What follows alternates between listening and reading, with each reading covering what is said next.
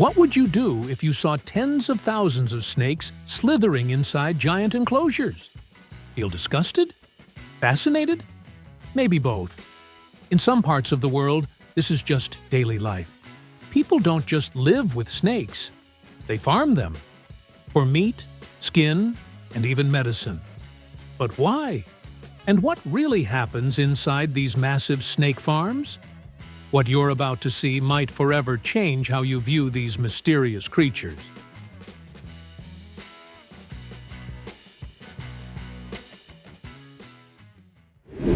There are over 3,700 snake species on Earth, some small enough to wrap around your finger, while others, like the reticulated python, can grow longer than a school bus, reaching over 7 meters.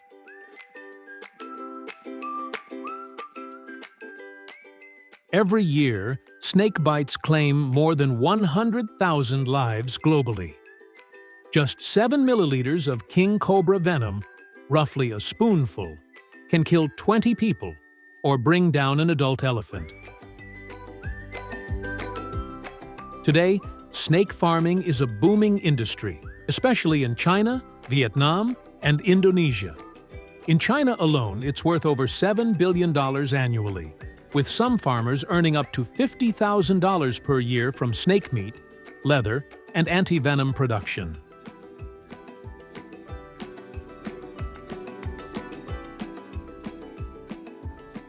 Snakes are raised in controlled environments, from individual cages to large communal enclosures, depending on the species.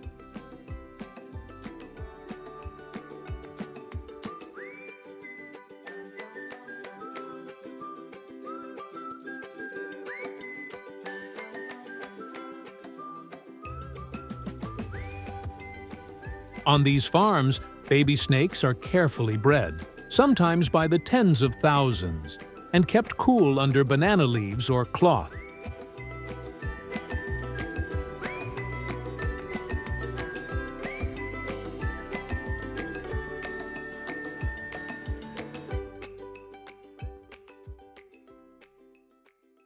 Feeding time is an adventure. They dine on mice, frogs, chickens, and more. Have you ever wondered how snakes eat such big prey?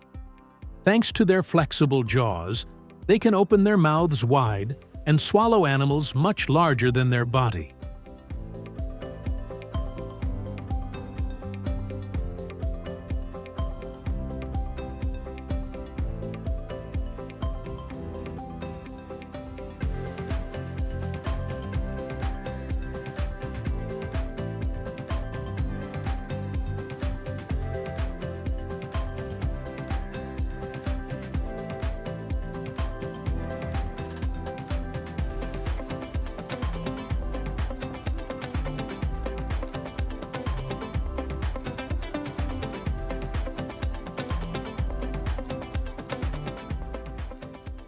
Farmers even pair snakes based on their colors, hoping for beautiful, healthy offspring.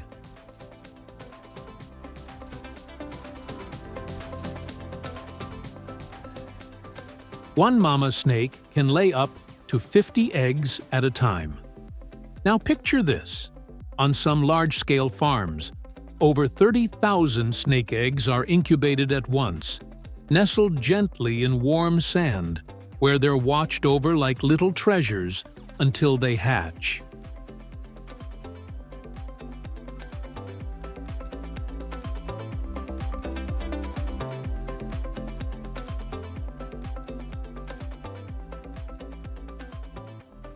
After 50 to 80 days, the baby snakes hatch and begin their journey.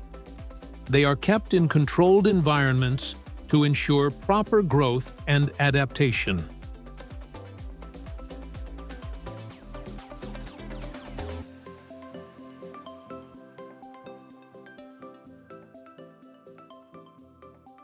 Farmers provide a diet of small insects or baby mice, depending on the species, to help them develop strength.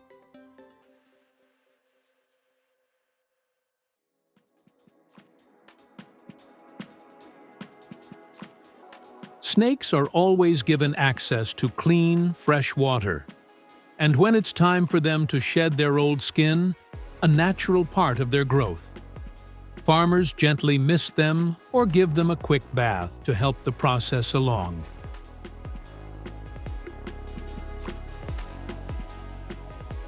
Young snakes shed more often as they grow rapidly, while adult snakes may only do so a few times a year.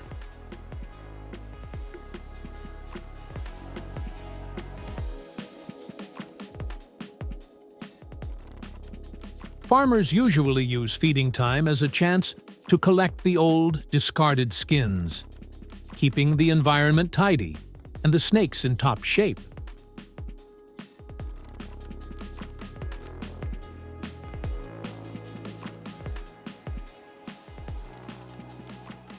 Once mature, after months or years, they're harvested for their meat, skin, or medicinal use.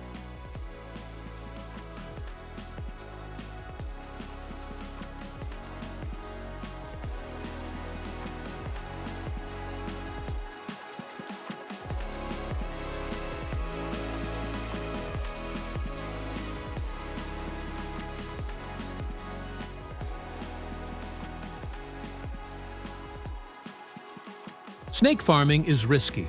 Over 5,000 snakebite cases are reported annually among snake farmers. One wrong move during feeding or cleaning can mean a deadly escape or bite.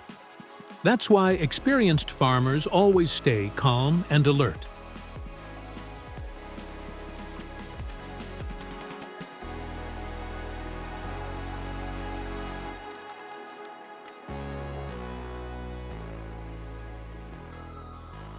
From medicine to fashion, every part of the snake finds a purpose. Vietnamese snake extract is cherished as a traditional remedy, believed to strengthen bones and boost circulation. After careful slaughtering and cleaning, snakes are then chopped into small pieces and briefly blanched in hot water to remove impurities. The snake meat is simmered with ginger and cinnamon in a large pot for around 3 to 7 days, until it thickens into a concentrated extract. Ever tasted it yourself? Or is it a bit too wild for your palate? Let us know in the comments.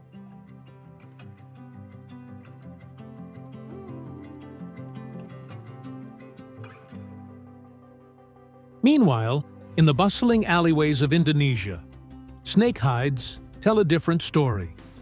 Workers, often with bare hands, skillfully peel, tan, and stretch snakes' skins. Each year, the global fashion industry uses over 500,000 snake skins.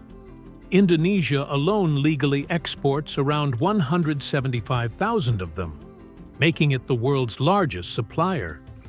Yet behind this glittering trade, questions about legality and animal welfare still linger.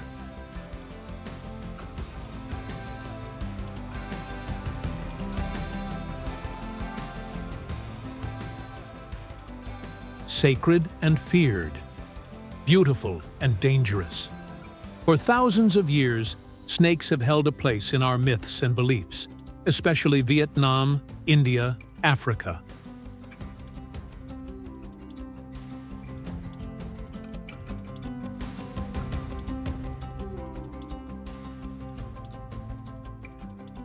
Snake farming is more than just meat, skin.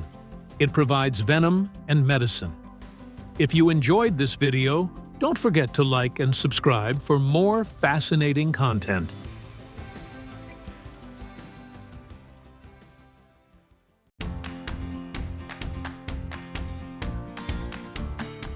Wild, fast, and nearly impossible to tame. Sounds like a wild animal, right? But in China, these fierce creatures are raised on farms, without fences. Each wild boar eats up to 5 kilograms of food a day, can roam for miles, and remembers food spots for over a year. Smarter than some dogs. So how do they do it? Let's dive into China's untamed world of wild boar farming. The wild boar, the ancient ancestor of today's domestic pig, was first tamed nearly 9,000 years ago in the Middle East and China. Today, its descendants roam across Asia, Europe, North Africa, and even America. Known for their sharp memory, wild boars can remember paths and food sources as well as dogs or even chimpanzees. At first glance, wild boars might seem too fierce, too wild to raise. But in some parts of China, farmers have found a surprisingly natural and clever way to do just that. No crowded barns, no concrete pens. Many simply let the boars roam freely through nearby forests during the day, just like their ancestors did thousands of years ago. This method is known as semi-wild farming. The boars explore, dig, graze, and at sunset, they often return to their pens on their own. And the breeds?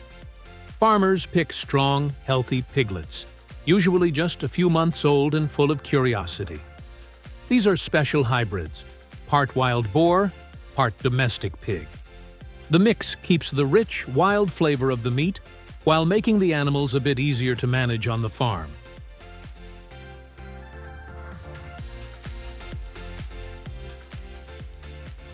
When it comes to food, wild boars aren't picky, but they are well fed. One adult boar can eat up to 5 kilograms of food each day. That's like 50 apples. And their diet? Not just boring pig feed. They get fresh leaves, sweet potatoes, grains, even fruits.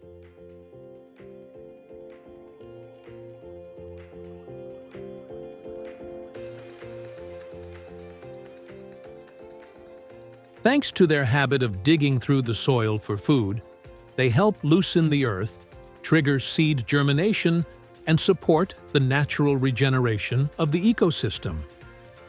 On some farms, their drinking water is infused with Chinese medicinal herbs, like astragalus or ginseng, to help boost immunity. Wild boars don't breed as easily as domestic pigs, but under the right conditions, one sow can give birth to 5 to 8 piglets per litter, sometimes even more.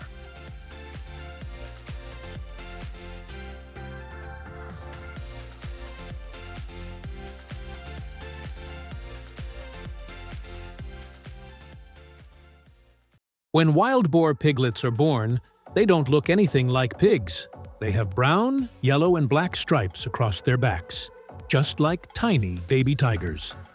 Those stripes help them blend in with leaves and grass, hiding from predators. After about 3 to 4 months, their fur darkens, and they start to look like their parents.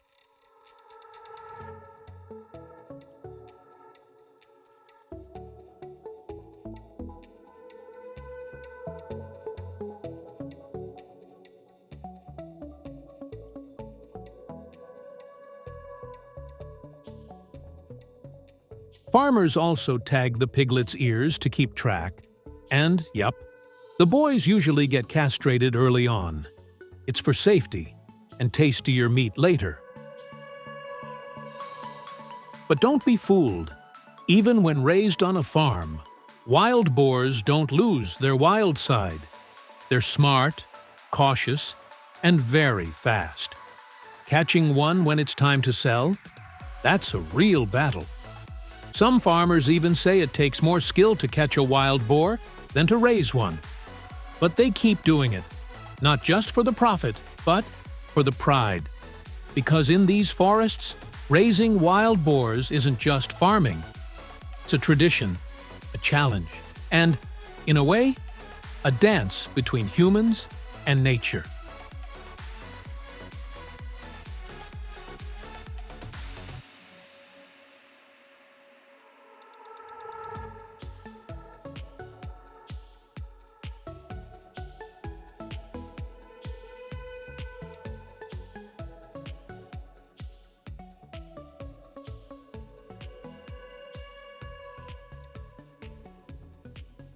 Now, let's explore the unique wild boar preparation process in China. First, the whole carcass is dipped into boiling water for a short time. just enough to loosen the coarse hair. Then comes the scraping, a careful, rhythmic task using knives or special tools to clean every inch of the thick hide. In many parts of China, roast wild boar is more than just a dish. It's a celebration. The process takes hours. The meat is slowly roasted over open flames, sometimes marinated with herbs and local spices. The result? A rich, smoky flavor and crispy skin that locals absolutely love, especially during festivals or family gatherings.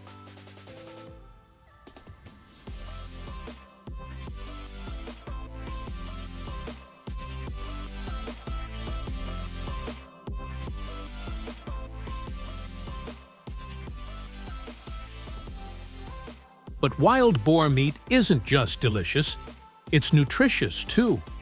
It's higher in protein, lower in fat, and richer in minerals like iron and zinc compared to regular pork. That's why many health-conscious eaters are turning to wild boar as a more natural source of meat. Beyond roasting, the meat is also stir-fried, stewed, or smoked in traditional dishes. Even the boar fat is treasured.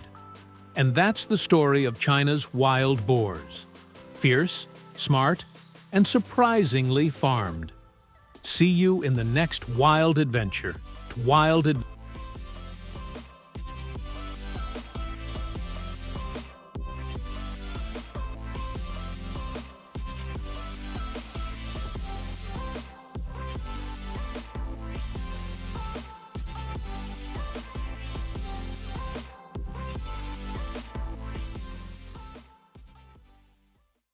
Today, we're heading straight into the fascinating world of sugarcane farming, where billions of tons of this vital crop are harvested every year to create one of the most widely used ingredients on the planet: sugar.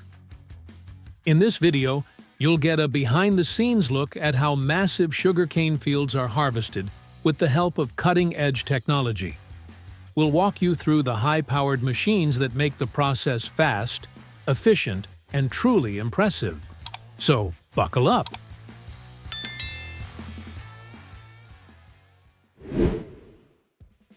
Taking center stage is the whole-stalk sugarcane harvester, a powerful specialized machine built to not only harvest sugarcane, but also slice the stalks into neat segments.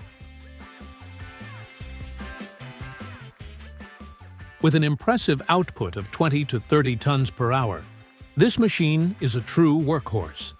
At the front, it features counter-rotating base cutters equipped with hardened steel blades that slice the stalks cleanly at ground level, fast and efficiently.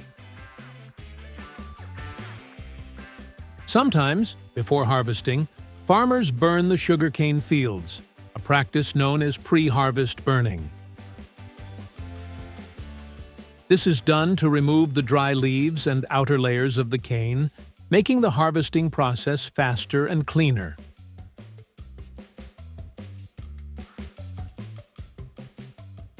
By burning the field, it also helps to reduce pests and make it easier for machines or workers to access the stalks.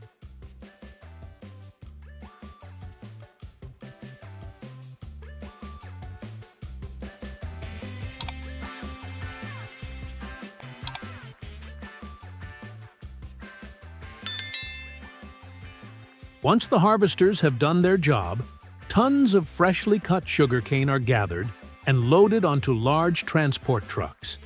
These trucks are ready to roll, quickly transporting the sugarcane straight to the sugar processing factories.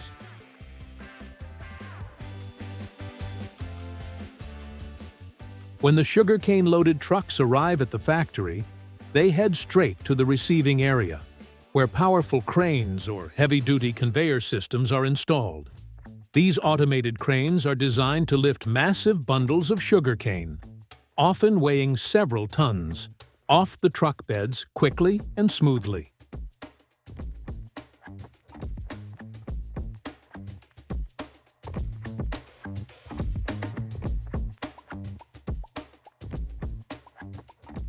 The sugar cane is then fed into massive industrial crushing machines, where the real extraction process begins.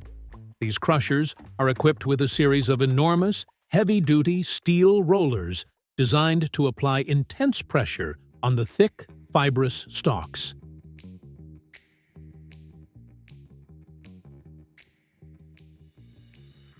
After the sugar cane passes through the smashing and shredding machines, the fibrous material moves on to the powerful roller presses.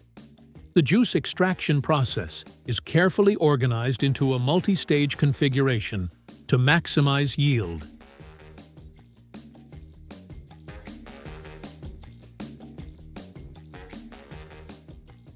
In the first stage, about 50 to 60% of the total juice is extracted.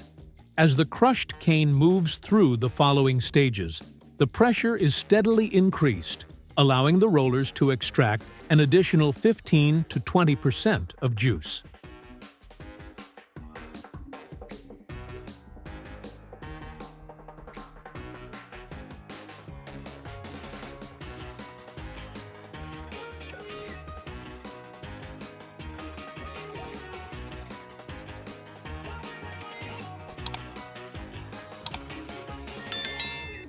The byproduct fibrous material, or bagasse, is often used as biofuel to power the boilers in the next stage of the sugar production process.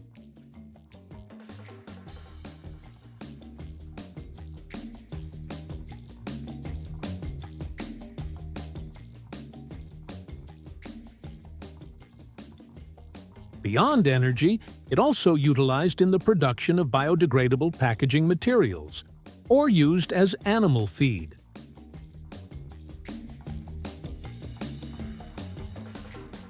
After extraction, the raw cane juice contains many impurities and needs to be filtered and treated.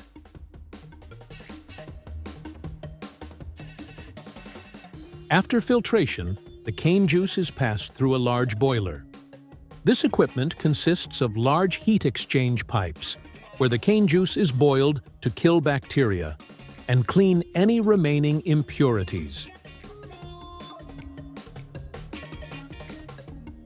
The juice extracted from sugarcane contains impurities and sediment, which are separated through a mud filtration process. This step helps recover more usable juice, while the leftover muddy residue, often called filter cake, doesn't go to waste.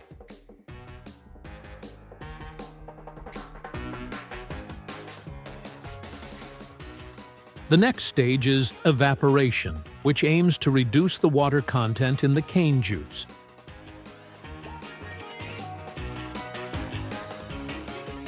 This phase aims to concentrate the juice. Begins with the cane juice being pumped into these vessels, where it is subjected to low-pressure conditions.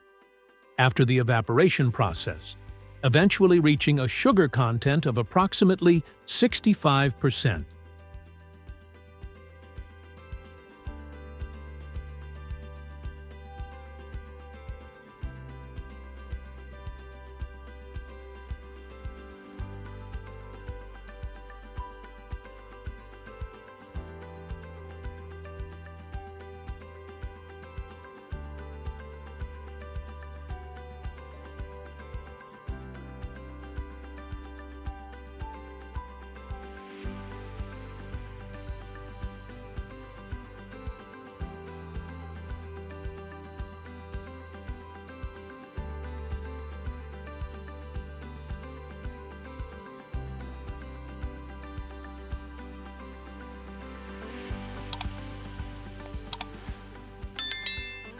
Once the sugar cane juice has been evaporated into a thick syrup, the next crucial step is to extract the actual sugar crystals.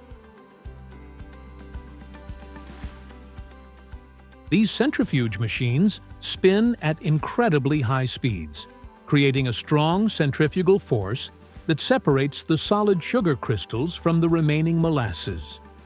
As the syrup is fed into the centrifuge, the crystals are pushed outward and collected, while the liquid molasses is drained away. This process ensures the efficient separation of pure sugar crystals.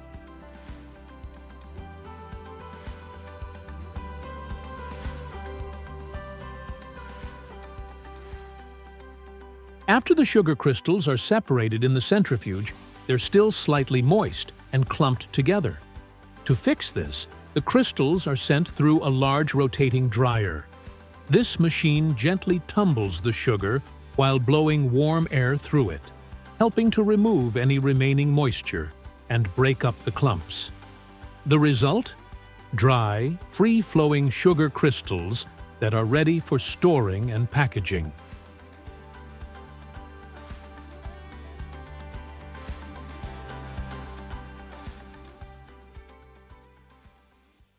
Sugar is packaged in a variety of formats, each tailored to fit different needs and uses. Large industrial sacks, ranging from 25 kilograms to over a ton, are commonly used in factories, commercial kitchens, and for export.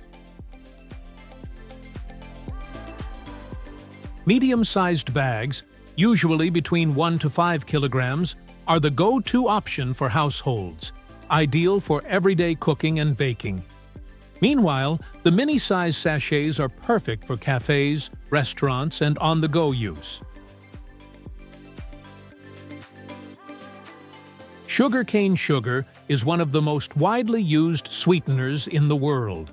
It's known for its clean, natural sweetness and rich flavor profile, forming the base for countless desserts, drinks, and sauces.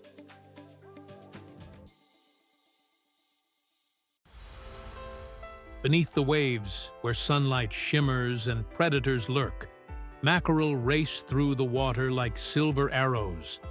Every year, humans haul in over 3 million tons of mackerel from oceans around the globe, enough to fill more than 120,000 large trucks. Let's dive into the incredible world of mackerel, from the wild ocean chase to your dinner plate. Mackerel are famous for their speed and agility in the water. They must keep moving constantly to breathe, relying on water flowing through their gills to absorb oxygen. They often form huge, shimmering schools, creating a mesmerizing underwater dance to confuse predators. From the skies above to the depths of the ocean, danger is everywhere. Tuna, sharks, dolphins, and even seabirds eagerly hunt these agile swimmers.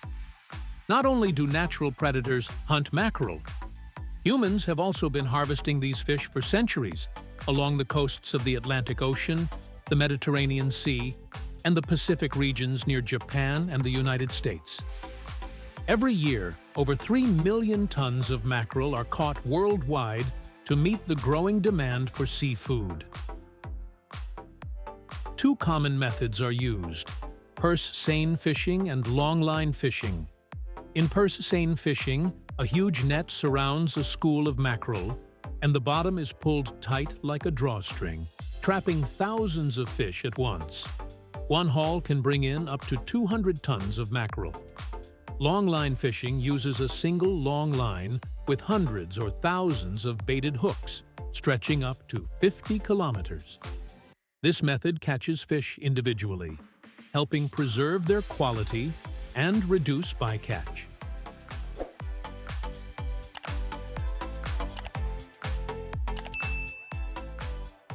After many days drifting across the vast, unpredictable ocean, the fishing boats finally return to port, heavy with their silver treasure. Believe it or not, some ships unload over 500 tons of fish in just one trip. That's enough to fill more than 20 full-sized trucks. Instead of unloading by hand, these modern ships pump the fish straight into the processing plant using enormous pipes. Thanks to this method, unloading can be up to 10 times faster compared to traditional manual methods.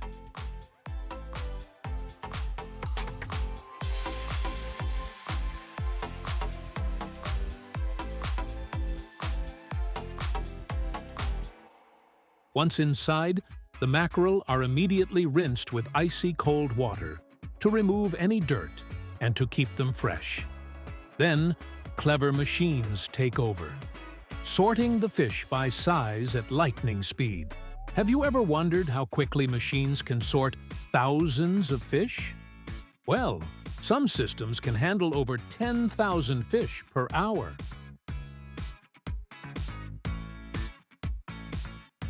Some of the best-looking fish are packed whole before being frozen at extremely low temperatures, between -35 degrees Celsius and -40 degrees Celsius, ensuring long-term preservation before processing. This deep freezing method helps maintain the fish's freshness, texture, and flavor, so it stays in perfect condition until it's ready for the next stage of processing or distribution.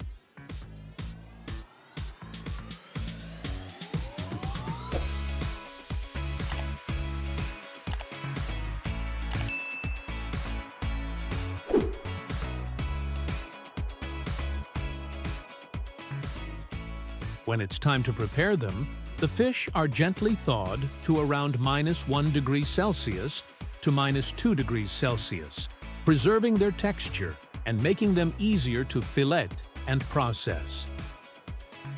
Before any hands touch the fish, workers go through strict hygiene routines, washing their hands, disinfecting boots, and putting on full protective gear. Skilled workers then fillet the fish, slicing them expertly and removing the internal organs. Each movement is swift and precise, honed through years of practice.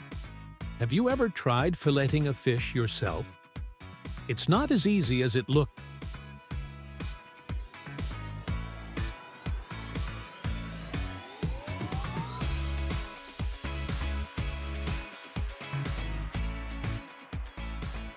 After filleting, the pieces go through a second rinse, ensuring the cleanest, highest quality mackerel possible.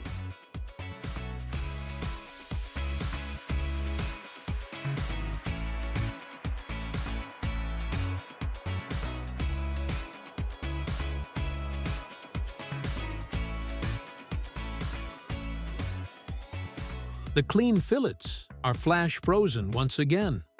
Then they are carefully weighed and packed into boxes, ready to travel to kitchens and restaurants all around the world. Some factories freeze and pack over 50 tons of fillets per day.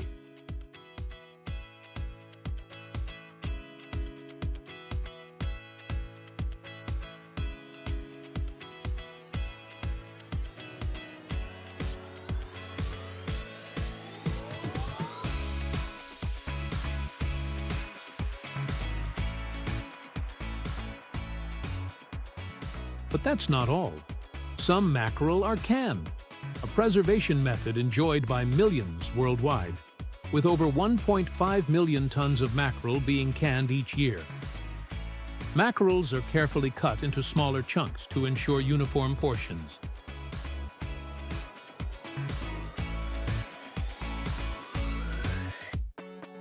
They are gently rinsed again to remove any remaining impurities before being meticulously placed into cans. Next, they're topped with rich, flavorful sauces like tangy tomato or savory oil, which enhance the natural taste of the fish. The cans are then sealed tightly to preserve the mackerel's freshness.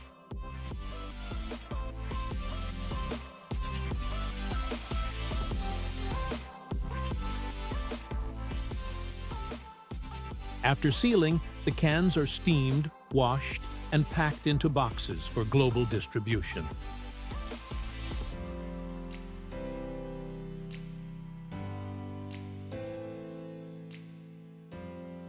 And now, the next time you see a mackerel dish, you'll know the incredible journey behind it. Thanks for watching. Which part surprised you the most? Let me know.